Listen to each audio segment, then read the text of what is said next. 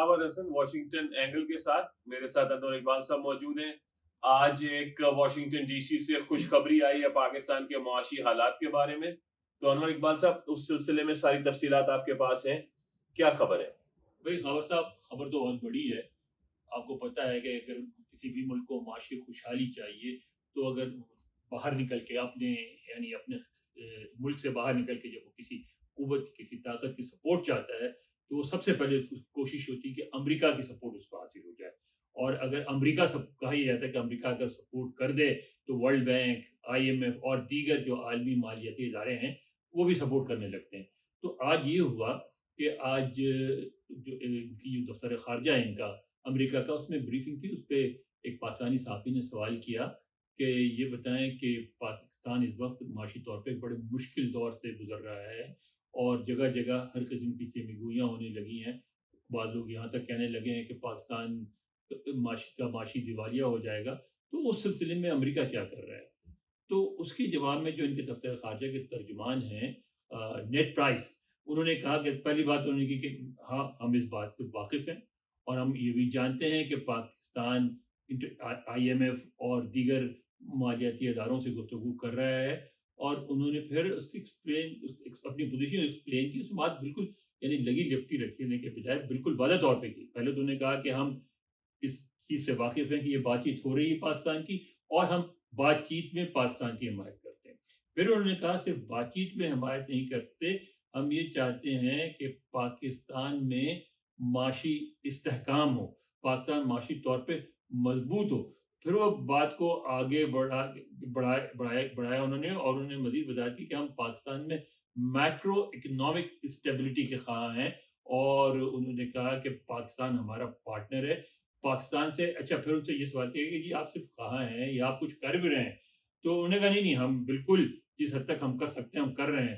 تو پھر ان سے سوال کیا کہ آپ صرف یعنی آپ جو پاکستان دوسروں سے بات چیت کر رہا ہے اس میں آپ پاکستان کی حمایت کر رہے ہیں؟ تو انہوں نے کہا نہیں, صرف اس میں حمایت نہیں کر رہے ہیں بلکہ ہماری بھی بات چیت ہو رہی ہے. اور انہوں نے خود ہی اپنے طور پہ پھر آفر کی انفارمیشن کہ پاکستانی حکام سے امریکی دفتر خارجہ کی بھی بات چیت ہو رہی ہے اس موضوع پہ, وائٹ ہاؤس کے بھی عہدیداروں کی ہو رہی ہے, جو ان کے وزارت خزانہ ہے اس سے بھی ہو رہی, اور دیگر اداروں سے جو ظاہر بالکل واضح اشارہ. آپ کو پتہ ہے کہ دفتر خارجہ والے کبھی پینٹاگون کی یا امریکی وزارت دفاع کی بات نہیں کرتے, کہ اشارہ بہت واضح تھا کہ پینٹاگون جو ہے یا امریکی وزارت دفاع جو ہے وہ بھی یعنی امریکی حکومت کے جو 3-4 بڑے حصے ہیں, دفتر خارجہ, وزارت خزانہ اور وزارت دفاع اور ابو وائٹ ہاؤس, سارے کے سارے مل کے کوشش کر رہے ہیں کہ پاکستان کو اس معاشی بحران سے نکالا جائے. انور صاحب, یہ اگر آپ کو یاد ہو ہم نے ایک اپنے پہلے بلاگ میں بھی یہ بات کی تھی کہ پاکستان اتنا غیر اہم ملک نہیں ہے کہ اس کو آسانی سے دیوالیہ ہونے دیا جائے گا. اس میں کئی فیکٹرز تھے جس پہ ہم نے ڈسکشن کی تھی. اس میں ایک تو obviously تھا جو سب سے بڑا ایلیفنٹ ان دا روم ہے کہ پاکستان ایک نیوکلیئر کنٹری ہے, اور کوئی بھی دنیا کا ملک یہ نہیں چاہتا کہ ایک نیوکلیئر آرمڈ کنٹری جو ہے وہ فائنینشلی انسٹیبل ہو جائے.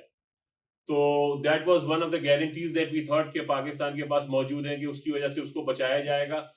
پھر چائنا کی اپنی جیو پولیٹیکل سچویشن ہے کہ وہ چاہتا ہے کہ ایک بفر اس کی اور انڈیا کے درمیان رہے, تو چائنا کا بھی انٹرسٹ اسی میں ہے.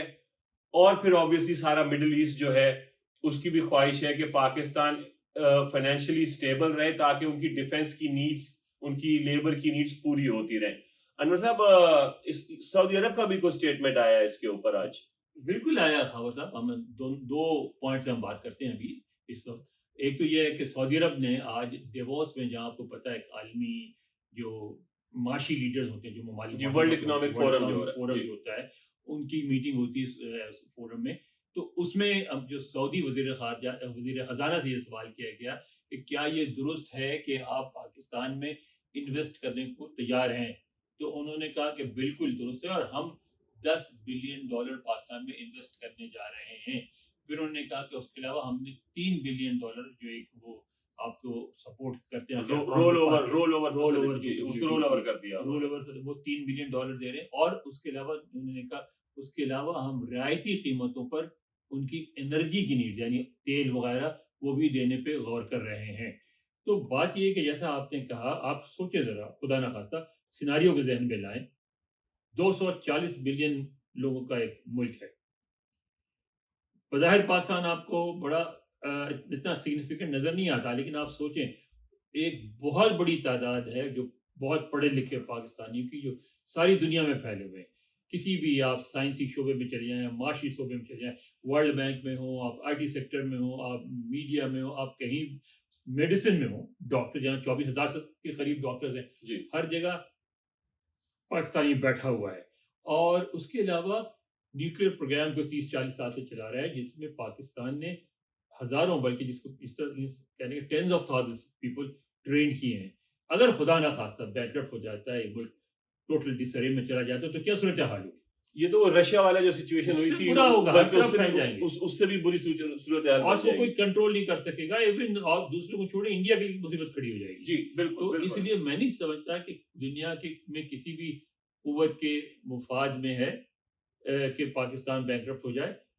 اسی طرح چین جو ہے، آپ سوچیں چین کی ساری اسٹریٹجی، یعنی آپ یہ بالکل درست ہے کہ ہمارا بہت قریبی حلیف ہے اور ہمارے تعلقات ہیں، سب کچھ ہے، لیکن ہر تعلقات میں ایک مفاد بھی ہوتا ہے. نہیں، مفاد کے بغیر تو ہوتا ہی کچھ نہیں سر. اور اس میں مفاد یہ ہے کہ اس وقت چین کا جو مقابلہ ہے ہمارے خطے میں اور عالمی طور پر بھی، وہ امریکہ کے بعد بھارت سے ہے. بالکل. بھارت چاہتا ہے کہ وہ چین بنے اور چین کو ہر جگہ کمپیٹ کرے، کمپٹیشن دے، اور پھر اپنے خطے میں بھارت کا کلیم ہے چائنیز ٹیریٹری پہ، وہ لینا چاہتا ہے.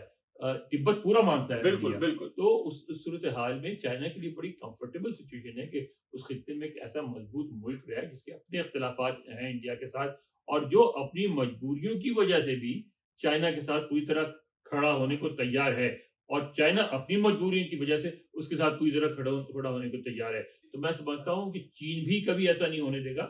البتہ جو ہمارے دشمن ممالک ہیں، جیسے بھارت ہے، وہ ایک تاثر ضرور کریٹ کرنے کی کوشش کرتے ہیں، لیکن میرا نہیں خیال کہ پاکستان کوئی ایسی صورتحال نہیں. یہ تو ایک بڑی ایک سینرجسٹک اور سمبیوٹک ریلیشن شپ ہے ہماری چائنا کے ساتھ. چائنا کو سوٹ کرتا ہے کہ ہم انڈیا کو کچھ مسئلوں میں الجھائے رکھیں، تاکہ انڈیا جو ہے اس پورا 100% فوکس اس کا چائنا پہ نہ ہو اور اکانومی پہ نہ ہو. تو سر اس کا مطلب یہ ہوا کہ جو ہم نے again coming back to our initial vlog, کہ وہ جو ڈوم اور گلوم ہے جو پھیلایا جا رہا ہے پاکستان میں ایک پرپس کے تحت کہ پاکستان دیوالیہ ہو گیا، تباہ ہو گیا، برباد ہو گیا، وہ خبروں میں اتنی صداقت نہیں ہے. حالات برے ہیں مگر اتنے برے نہیں ہیں جتنا بتلایا جا رہا ہے. اور انور صاحب مگر یہ مل بھی گئی ہے ایک جو ہے، کوئی مریض ہوتا ہے نا، اس کی یہ تو ماننا پڑے گا مریض بالکل ہے، مریض تو ہیں ہم، مریض عشق بھی ہیں اور مریض قرض بھی ہیں. مریض قرض زیادہ ہے، عشق کم ہے. عشق بھی ہے جس طرح سے ہم خرچ کرتے ہیں عاشقوں کی طرح. بالکل. لیکن بات یہ ہے کہ دو اپروچ ہوتے ہیں. ایک صورتحال خدا نخواستہ ایسی آ جاتی ہے جس میں ڈاکٹر مان لیتے ہیں کہ اب کچھ نہیں ہو سکتا، صحیح، لیکن ہماری وہ صورتحال نہیں ہے.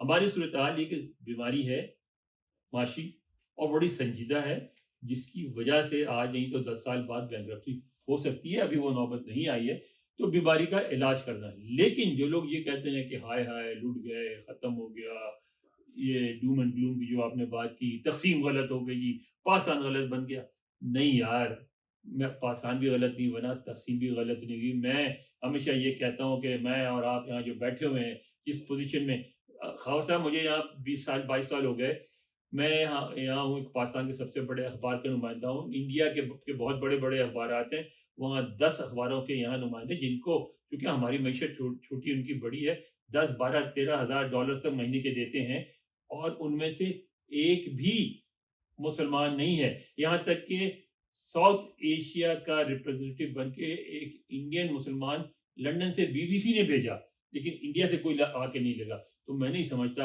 اگر پاکستان نہ بنتا تو ہمارا آپ اس طرح اتنی اچھی پوزیشنوں پہ اس طرح بیٹھے ہوتے. نہیں، اس میں تو کوئی شک نہیں ہے. بالکل بکواس ہے، غلط ہے، خطرناک حالات میں ہے پاکستان. اس خطرے سے نمٹنے کی ضرورت ہے، حالات ٹھیک کرنا ہے. اور وہ اس لیے خاص صاحب کہ یہ کوئی طریقہ نہیں ہے کہ آپ اب یہ سعودی عرب نے ہیلپ کر دی، آفر کر دی، مطلب کب تک ہم اس طرح ڈولز کے اوپر زندہ رہیں گے؟ پھر آپ مانگ رہے ہوں گے. یعنی آپ کو تو پلان ایسا ہونا چاہیے کہ اگر اس سال آپ کو $2.5 ارب ڈالر کی ضرورت پڑی ہے, کی کمی ہو گئی, تو اگلے سال 2 ارب کی کمی ہو, اس سے اگلے سال 1.5 کی, اس کے بعد 1 کی, اور پھر 5 سال بعد بالکل کمی نہ ہو. دیکھیں مسئلہ یہ ہے کہ اس کا جو پرماننٹ حل ہے وہ تو یہی ہے کہ جو ملک کے اسٹیک ہولڈرز ہیں, اس میں اسٹیبلشمنٹ نمبر 1, سیاسی پارٹیاں نمبر 2, اور آپ کی بزنس کمیونٹی اور بیوروکریسی, ان سب کو مل کے یہ طے کرنا ہے, ایک اپنی ڈائریکشن بنانی ہے, اور اس جس مصیبت میں ہم پھنس گئے ہیں معاشی صورتحال میں, اس سے نکلنے کے لیے قربانیاں درکار ہیں, سختی برداشت کرنی پڑے گی. اور انور صاحب اس میں تو کوئی شک نہیں ہے کہ عوام کو اس بات پہ تیار کرنا کہ کچھ عرصے کے لیے سختی برداشت کرنی پڑے گی, یہ کوئی پاپولر لیڈر ہی کر سکتا ہے.